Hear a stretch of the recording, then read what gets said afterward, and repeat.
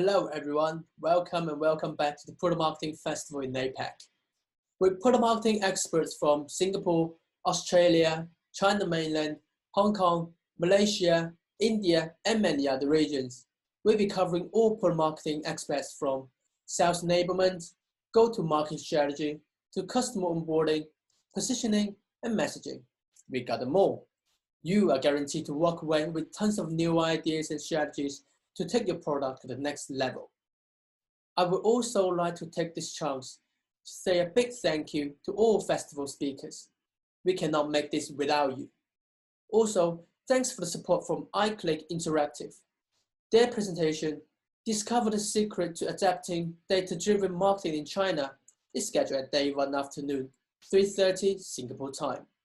I highly recommend it if you have not signed up for it yet. Last but not the least, if you would like to interact with our speakers and other attendees, please join our group page link at the end. We look forward to the Q&A session and your feedback over there. Relax and enjoy the festival.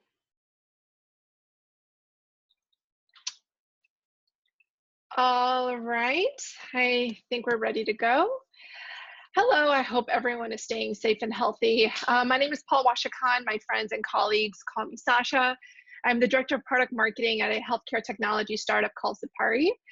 Today we'll go over the 6 tactics that are needed for an effective sales training. I think this topic is pretty self-explanatory, but to make sure we're all on the same page, during this session, I'm going to share with you how I've conducted a successful sales training program in the past.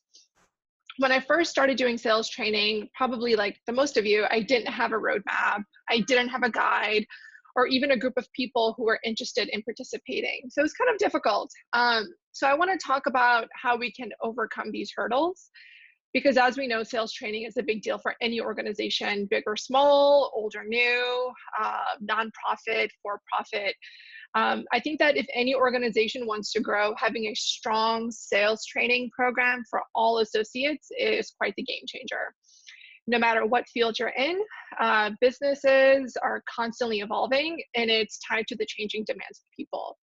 So what this means is you can't have a single sales training program just once a year and expect that information to stick or stay consistent. Information is going to change and evolve as well. I've worked at organizations where training and education were not considered a top priority, and you could see the result of that firsthand, which is usually on the negative side. So you all are here because you obviously value training. Now that I'm going to share my tactics with you, I want to share those perspectives with you from being a product marketer and living in the marketing department. Your company may do it differently. You may have, a dedicated training team that will, often do these training programs with the help of sales and marketing. However, for me, it's always lived within product marketing. It's always lived within my role. So I'm going to share my perspective from that role. However, the information is certainly conducive to everyone that's participating.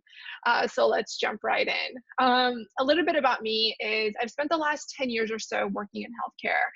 I started out as a PR rep, then turned to a brand marketer, and eventually ended up in product marketing. Healthcare is one of the most complex industries in the world, and one that is at times resistant to change because it's so complicated. I initially started out marketing health insurance to consumers, like Medicare plans, and then made my way to working for healthcare technology startups and marketed directly to health insurance companies. So moving from that B2C to B2B role. I got into healthcare because I knew there was an opportunity to make a big impact. It's an incredibly complex and evolving industry, but being a product marketer in healthcare means working within a system that's trying to be something for everyone, from telehealth to in-person doctor appointments, to vaccine development, to health insurance, to fitness tracking devices. Healthcare touches all of us at some point, and we're starting to see that more and more, especially with the pandemic. So it's really important for organizations to have consistent messaging all around. The other challenge with healthcare is that in a lot of ways, it's still pretty antiquated. So it's an industry that's trying to evolve very quickly, to try and keep up with other industries like retail or e-commerce, where the consumers are driving the demand. But there are a ton of regulations, politics, old technology trying to merge with new technology, industry jargon, tons of acronyms, a lot of misunderstandings, hundreds of systems trying to all work together. So as a product marketer, my job really hasn't, and it never was really meant to be so easy. And most importantly, as a product marketer in healthcare, a lot of times it's not defined because product marketing is still new territory in healthcare. As I've ventured into these newer health tech startups, I realized I was always one of the first product marketers to enter the organization. So it always felt like I was starting from scratch. So about 6 months into my first role as a product marketer for a health tech company I previously worked for, my boss approached me and said, you're going to lead a company-wide sales training program. And I quickly learned that I did not like sales training. And the reason was because I didn't know how to do it in a way that would be impactful and meaningful. I thought any sort of company-wide training was just always too obscure, took too much time. There were too many moving parts and logistics, and it's hard to measure. Plus, I didn't have a roadmap to work with. So I didn't feel like I was being set up to succeed. And that led me to having this big fear of failure, to conduct a sales training, be in front of everyone, put all this time into it. And I'm also requiring a big commitment from the salespeople, from client success to come in and participate. So it's important for me, it's important for all of us to make sure that the sales training is valuable for everyone attending and participating. But that wasn't even the hard part. The hardest part, it wasn't the work itself. It wasn't the deadline or meeting unknown expectations. For me, it was developing strong relationships with the sales team, many of whom, in my experience, were reluctant to change, especially in healthcare. For a lot of sales teams in healthcare, and with product marketing being somewhat of a new territory, the sales team wasn't used to working with product marketers. So for the first time, someone new was coming in and essentially testing their knowledge. They weren't used to that. From their perspective, they're in the field, they're talking to prospects and clients and have firsthand experience. So in their minds, they aren't the ones who need the training. But we all know that sales training isn't just about providing product or market insights to the sales team. It's about creating a culture of knowledge sharing. And it's important to make that known in your company from day one. Because, we know that data shows that more alignment between product marketing or just marketing in general and sales, the better likelihood of generating more marketing qualified leads and therefore a more robust pipeline. It's a win-win for everybody. But with that, how many of you have developed content like a white paper or an ebook and the sales team never really knew about it? How many of you have developed a go-to-market strategy that essentially went unseen? How many of you have developed campaign calendars that no one really responded to? I'm sure you all have established some sort of like market playbook, sales playbook. You've developed personas and top-notch messaging that at the end of the day weren't really used regularly.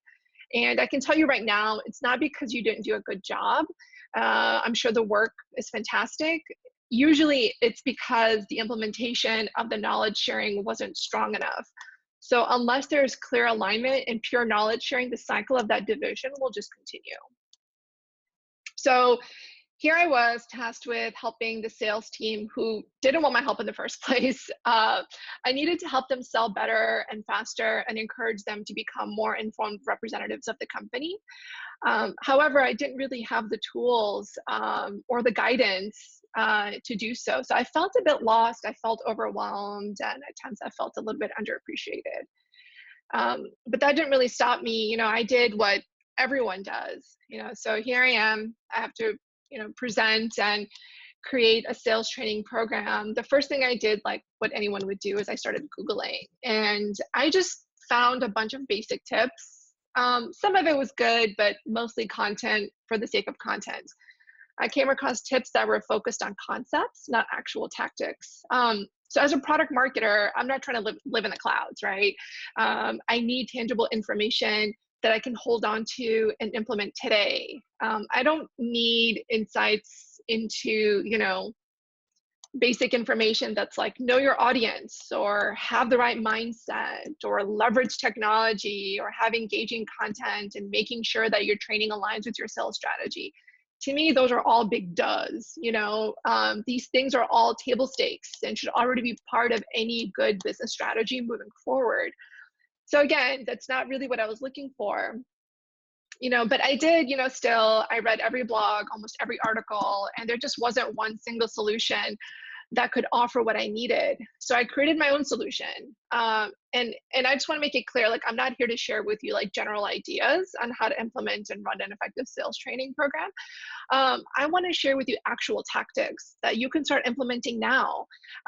They're the exact same tactics that I did, and I saw some pretty incredible results. So here they are, the 6 tactics for an effective sales training. Now, if you work for a company that cultivates training already and that has learning, that has a learning and development program, then you're already 10 steps ahead of the curve. Congratulations, you work for a great company. I didn't have that at the first few companies I worked for, but I was always grateful because it allowed me to bootstrap my own sales training program. We had to work a little bit harder to convince people, but we were effective in making sure we were able to complete it. So moving forward, let's pretend that you're tasked with leading a sales training at the end of the year in preparation for next year, whether it's virtual because of the pandemic, or if it's post-pandemic and everything is hunky-dory, then you can have it in person. So let's put on our sales training hats and that mindset, and let's get started. So here we go. Tactic 1. When I first started designing the sales training program, the first thing I did was find and secured an executive champion. And it wasn't my boss. Because your boss should be your champion for everything, right? But the executive champion has to be someone that's outside of your department. And the reason why I say this is because I think that then you can cover a little bit more ground. You have someone on the outside cheering you on. So this executive champion may be an obvious choice at your organization, but if it's not, schedule some time with various executives who may be a good fit.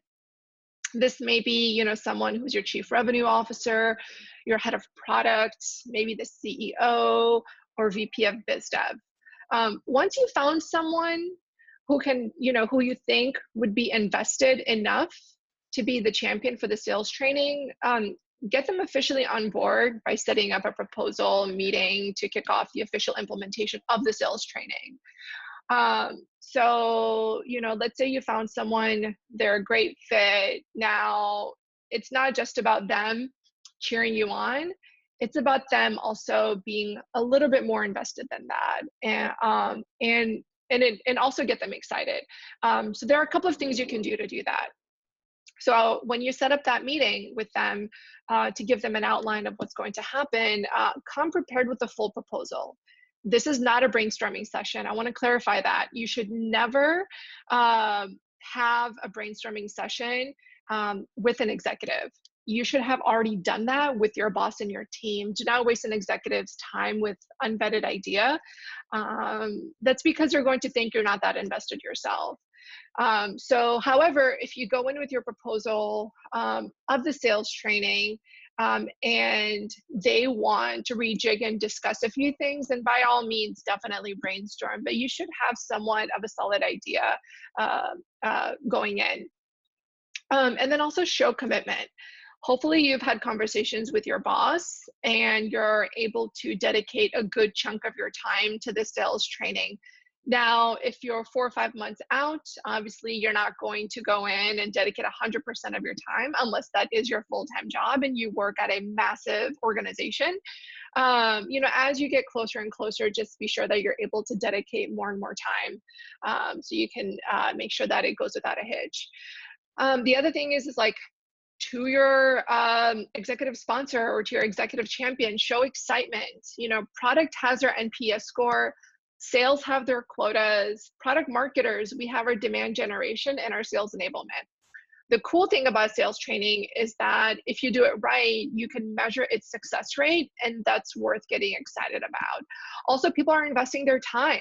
So if you're not excited, then they obviously won't be either. And when you're going in to have this meeting with your executive champion, have a mocked up agenda. Prove that you really thought about this. Keep in mind that this will change, and it will change a few times, but now at least you have a skeleton to work with that you can build on top of. Keep it a little bare. That's only because you'll want to give an opportunity for other people to also give insights into what else should be covered.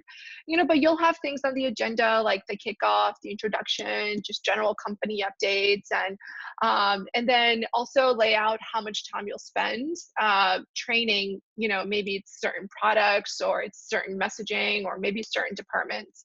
I've learned that sometimes in situations like this, it's better to have something to react to. So come in with an agenda, because it's easier to change the agenda now than modify it later. And I'm happy to share some examples with you. I shared my email earlier. I'll also share it at the end of this presentation. So if you need some examples, I'm more than happy to send that your way. And also, depending on the complexity of your organization, you know, determine if it'll be a 1-day or a 2-day training. Don't, you know, rush in, you know, 12 hours worth of content into one full day and rush through everything. Take your time. I've done sales training programs. At one point, they were 4 days, and that's because we had a lot of breaks in between. We had a lot of conversations going, and it worked well. And then if this pandemic continues, you know, work out the logistics, if it's going to be virtually or not. That's a very, very key important thing to focus on as well. And then also have a soft hold on potential dates. Make sure you've looked at people's calendars ahead of time to make sure that no one already has, you know, planned vacations or other events, or make sure they don't coincide with other major client meetings or product deployments. You want everyone who is attending to not be distracted. Also, when you're presenting this proposal, project a cost analysis and budget.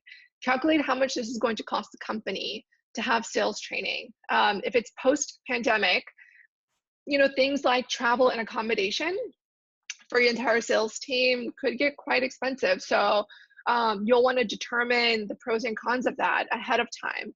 If it's virtual, it's the cost of good, robust technology. So do your best to be transparent on cost as much as possible.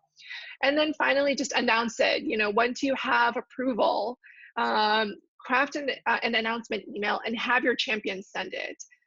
This really puts a stake in the ground to legitimize the sales training. But after that first email, you own it. You own the sales training, and you'll do all the other follow-up emails. Now, I can't stress enough how important it is to have an executive champion be on board with you. Do not do this alone. Do not do this in silos. You will do all this work, and people will not prioritize it. So be steadfast and continue to find a champion. Tactic number 2, this is my favorite part.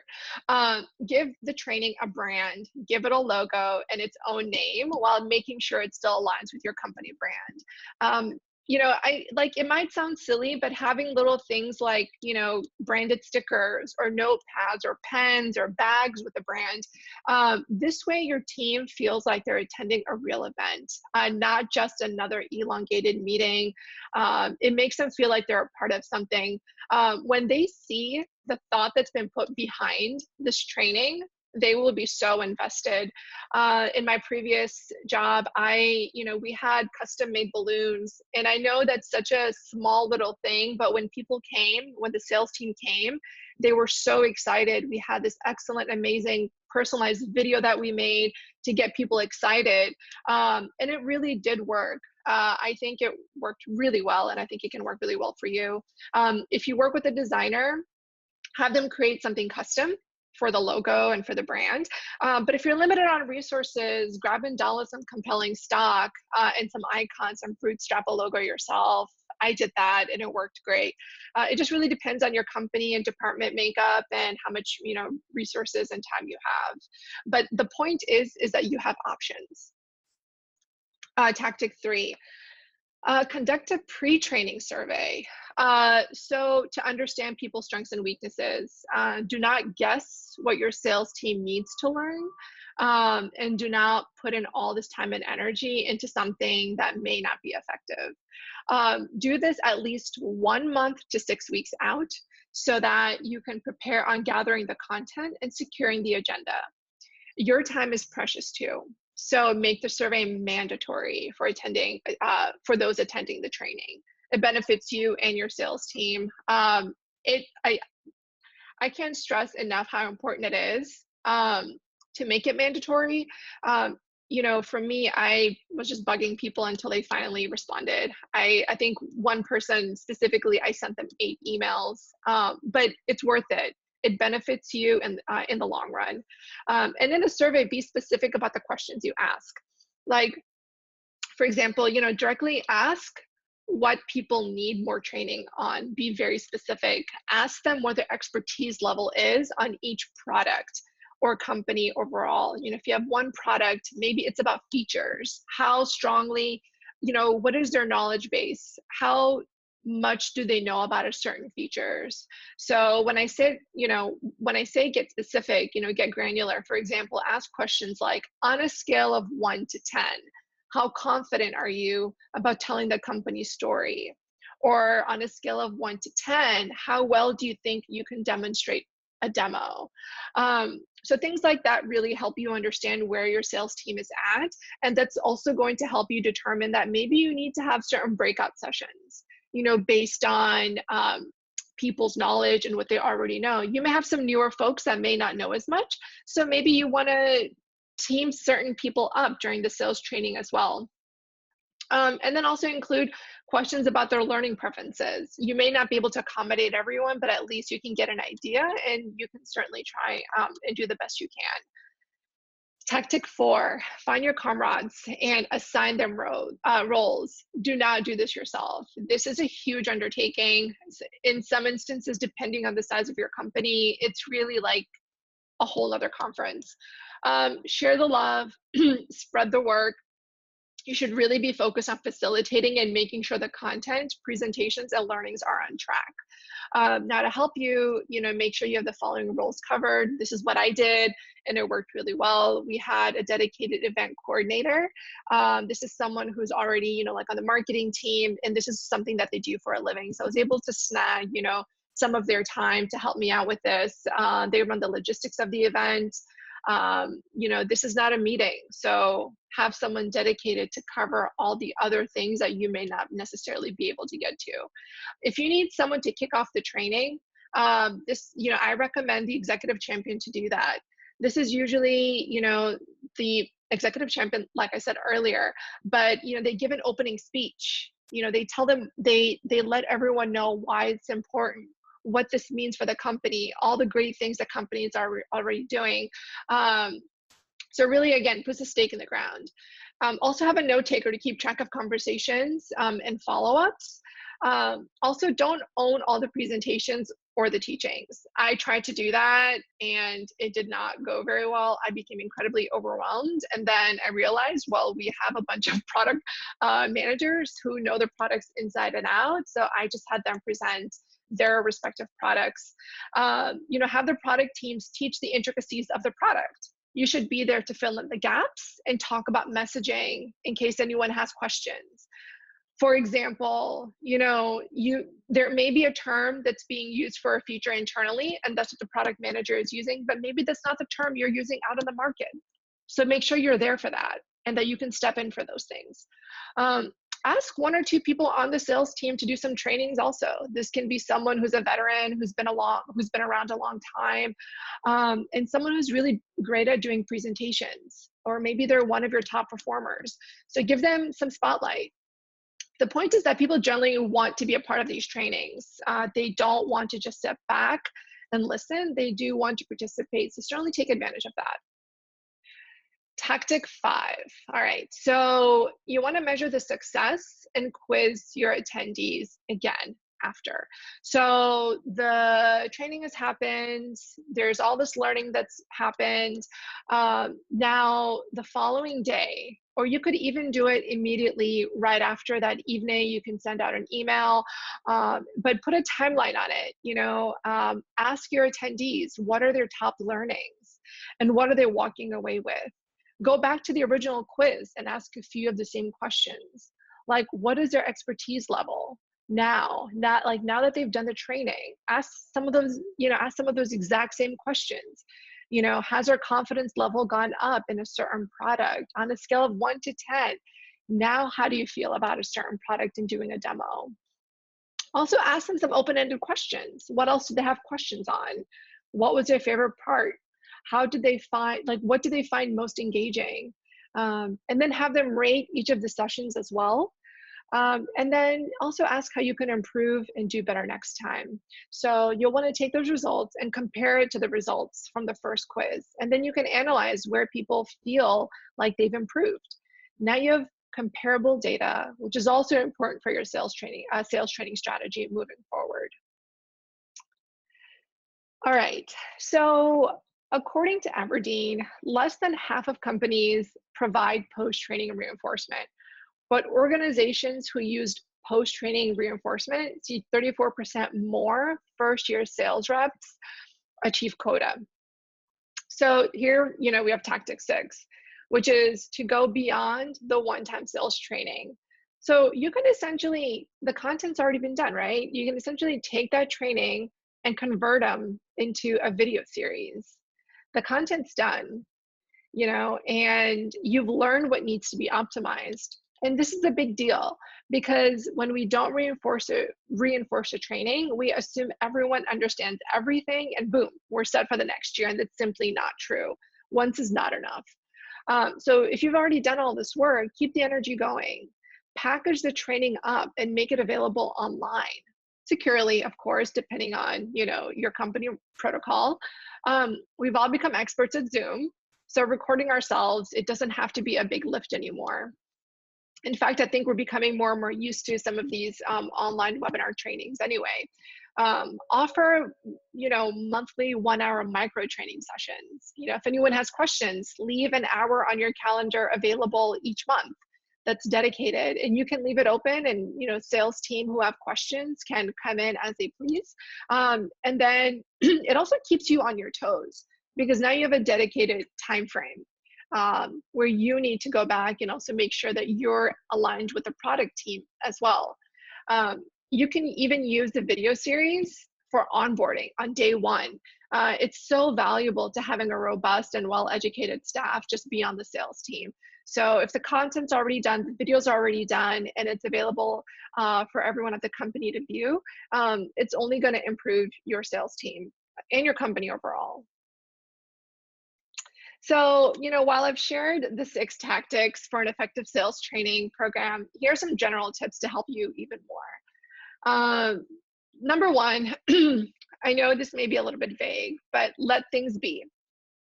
It's okay that during the sales training, if things go off topic, you may notice your sales and product teams having deep discussions. That's actually a really good sign. It's a good thing to keep that conversation going. Do not stay rigid to your agenda. Do not stay so tied to it. If things go over or under, that's absolutely fine. In my experience, this is when the most learning and organic teachings can happen. Allow people to ask questions during the training. Remember, this is not a TED Talk. So one of the things I told our presenters at our training was, do not tell people to wait till the end to ask questions. If people have questions, let them ask it. Make it very conversational. And that worked really well. I think at one point we had we actually had to push back by maybe like an hour and a half. And it worked really well because it allowed people that normally weren't participating to participate. And it just opened up the conversation. It opened up the floor so much more, and the energy was fantastic too. Also, the fake it till you make it. Yeah, don't do that when you're supposed to be the expert on a product and in our training on it. It's important that you know your stuff, or at least know who you can turn to when you don't know the answer. So please come prepared. Please make sure that you've looked at your products and the features and implementation timelines and messaging and have all of that on hand. Um, Now, if you can record the training, please do so. I think it's great to have that on hand. It doesn't have to be a big production or anything fancy. You can buy a decent recording camera and have a team member film it, or find an agency to help you if it's within your budget. I had another member on my team just come in and just record it, move some things around. We were able to capture some really good footage that we were able to use for internal meetings as well, for other events internally.